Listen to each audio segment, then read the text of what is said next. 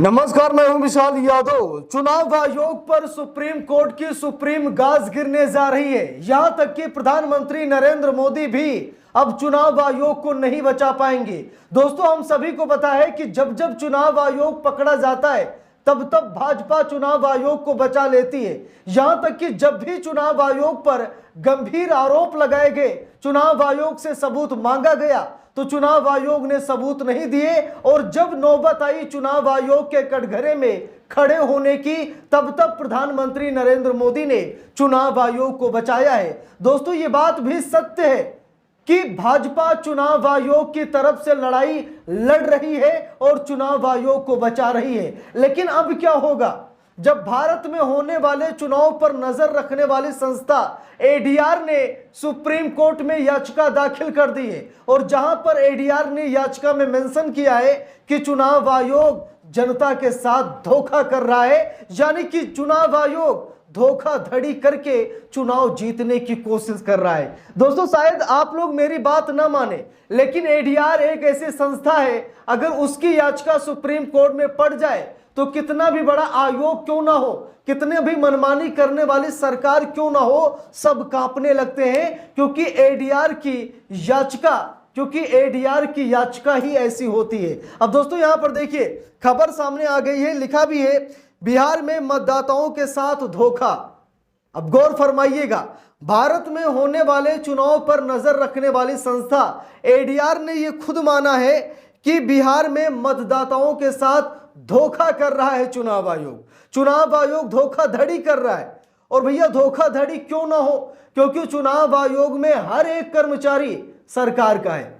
हम सभी को पता है, ज्ञानेश कुमार को चुनने वाला ना तो ये देश है और ना ही विपक्ष है। ज्ञानेश कुमार अगर मुख्य चुनाव आयुक्त बने हैं तो ये मोदी शाह की देन है।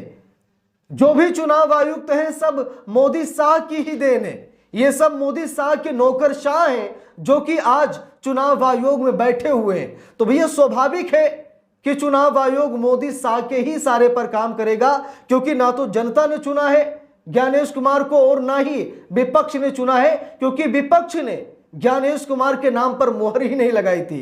राहुल गांधी ने कहा था हमें ज्ञानेश कुमार नहीं चाहिए, लेकिन मोदी शाह ने जबरन देश को ज्ञानेश कुमार के रूप में मुख्य चुनाव आयुक्त के तौर पर चुना है। तो भैया, खामियाजा जनता को भुगतना ही पड़ेगा, खामियाजा विपक्ष को भुगतना ही पड़ेगा। अब देख लीजिए, एडीआर ने सुप्रीम कोर्ट में एक याचिका दाखिल कर दी है, जहां पर एडीआर ने कहा कि बिहार में मतदाताओं के साथ धोखा। चुनाव आयोग के खिलाफ एडीआर ने सुप्रीम कोर्ट में क्या क्या कहा, जरा देखिए, लिखा भी है।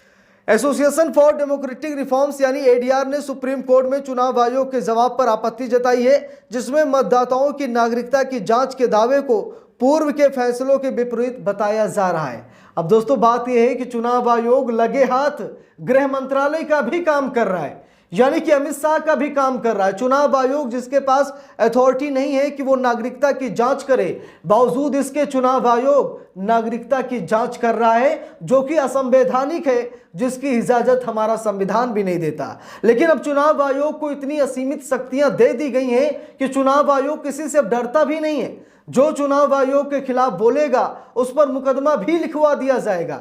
देखिए, खबर में लिखा भी है, एसोसिएशन फॉर डेमोक्रेटिक रिफॉर्म्स यानी एडीआर ने सुप्रीम कोर्ट में चुनाव आयोग के जवाब पर तर्क दिया है कि मतदाताओं की नागरिकता की जांच करने का चुनाव आयोग का दावा पूर्व के फैसलों के विपरीत है। बिहार की मतदाता सूची के विशेष गहन पुनरीक्षण यानी एसआईआर के दौरान नागरिकता सत्यापित की जा रही है। अब दोस्तों, सुप्रीम कोर्ट ने भी चुनाव आयोग से कहा कि आप नागरिकता की जांच नहीं कर सकते। आप आधार कार्ड ले लीजिए, राशन कार्ड ले लीजिए, वोटर आईडी कार्ड ले लीजिए, उसके आधार पर आप मतदाता सूची बनाइए, लेकिन आप नागरिकता वाले डॉक्यूमेंट्स क्यों मांग रहे हैं? आपको नहीं मांगना चाहिए, सुप्रीम कोर्ट ने कहा। बावजूद इसके चुनाव आयोग अभी भी सुधरने का नाम नहीं ले रहा है और नागरिकता की जांच कर रहा है। देखिए, खबर में लिखा भी है, इंडियन एक्सप्रेस की रिपोर्ट के मुताबिक एसोसिएशन फॉर डेमोक्रेटिक रिफॉर्म्स यानी एडीआर ने आधार और राशन कार्ड को स्वीकार्य दस्तावेजों की सूची से बाहर करने को भी बेतुका बताया है। एडीआर का कहना है कि आधार, पासपोर्ट, जाति प्रमाण पत्र और स्थायी निवास प्रमाण पत्र स्वीकार किया जाता है। लिखा है, एडीआर ने यह भी कहा कि चुनाव आयोग ये बताने में विफल रहा कि आगामी विधानसभा चुनाव से पहले पुनरीक्षण अभ्यास को क्यों जल्दबाजी में किया जा रहा है। एडीआर ने इसे राज्य के मतदाताओं के साथ गंभीर धोखाधड़ी करार दिया है। 24 जून को घोषित बिहार की मतदाता सूची के विशेष गहन पुनरीक्षण यानी एसआईआर पर विवाद खड़ा हो गया है। इसमें 2003 के बाद नामांकित मतदाताओं को सूची में बने रहने के लिए कई दस्तावेज पेश करने होंगे। इससे बड़ी संख्या में मतदाताओं के मताधिकार से वंचित होने की आशंका है। चुनाव आयोग के इस फैसले को सुप्रीम कोर्ट में चुनौती दी गई है। तो दोस्तों यहां पर एडीआर ने सुप्रीम कोर्ट में साफ साफ कहा कि चुनाव आयोग धोखाधड़ी कर रहा है, चुनाव आयोग बिहार की जनता के साथ सही नहीं कर रहा है। और दोस्तों मैं सत्य कह रहा हूं कि अगर इस समय चुनाव आयोग को न रोका गया, क्योंकि एसआईआर पूरे देश में होने जा रहा है, चुनाव आयोग पूरे देश में एसआईआर करने जा रहा है, और अगर ऐसे ही दस्तावेज मांगे गए जैसे बिहार में मांगा गया, ये कहीं ना कहीं नागरिकता की जांच के जो कागजात मांगे जा रहे हैं, तो लाखों करोड़ों लोग मताधिकार से वंचित हो सकते हैं। क्योंकि चुनाव आयोग ऐसे ऐसे डॉक्यूमेंट्स मांग रहा है जो आम इंसानों के पास उपलब्ध ही नहीं है। आप लोगों में से कितने ऐसे लोग हैं जिनके पास पासपोर्ट है? भाई मेरे पास भी नहीं है, शायद आपके पास भी नहीं होगा। कई ऐसे लोग हैं जिनके पास पासपोर्ट नहीं है।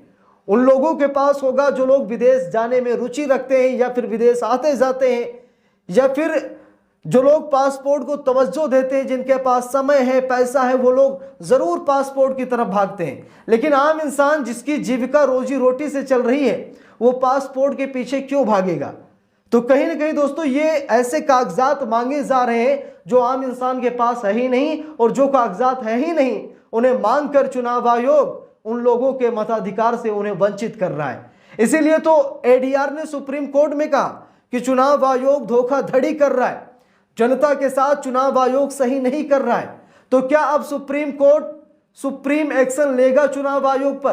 क्योंकि चुनाव आयोग ने सुप्रीम कोर्ट के फैसले को भी दरकिनार कर दिया है। चुनाव आयोग ने सुप्रीम कोर्ट के फैसले को भी नहीं माना है, क्योंकि सुप्रीम कोर्ट ने अभी पिछली सुनवाई में साफ साफ कहा था सुप्रीम कोर्ट ने कि आधार कार्ड ले लीजिए, पहचान पत्र ले लीजिए, वोटर आईडी कार्ड ले लीजिए, बिजली का बिल ले लीजिए, राशन कार्ड ले लीजिए, आप उसके आधार पर अपनी एसआईआर रिपोर्ट तैयार कीजिए। लेकिन उसके बाद भी चुनाव आयोग ऐसे ऐसे हथकंडे अपना रहा है जिससे बिहार की जनता के साथ बहुत बड़ा धोखा किया जा रहा है, उन्हें अपने मताधिकार से वंचित किया जा रहा है। तो क्या अब इस मामले में सुप्रीम कोर्ट कोई सुप्रीम एक्शन लेगा?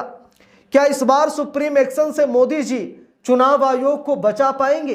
क्योंकि कई बार हो चुका है चुनाव आयोग बच गया है। चुनाव आयोग पर दाग तो लगते हैं, लेकिन चुनाव आयोग बेदाग निकलता है। उससे कोई मतलब नहीं है कि जनता में विश्वास है या फिर नहीं है, क्योंकि लोग वोट डालने तो जाएंगे ही, लोग अपनी सरकार बनाने के लिए चुनाव आयोग के सामने गिड़गिड़ाएंगे ही। इसीलिए चुनाव आयोग को कोई फर्क नहीं पड़ता कि उसके बारे में कोई क्या कहता है। इस पूरे मामले पर आप सभी लोगों की क्या राय है कमेंट करके जरूर बताइएगा।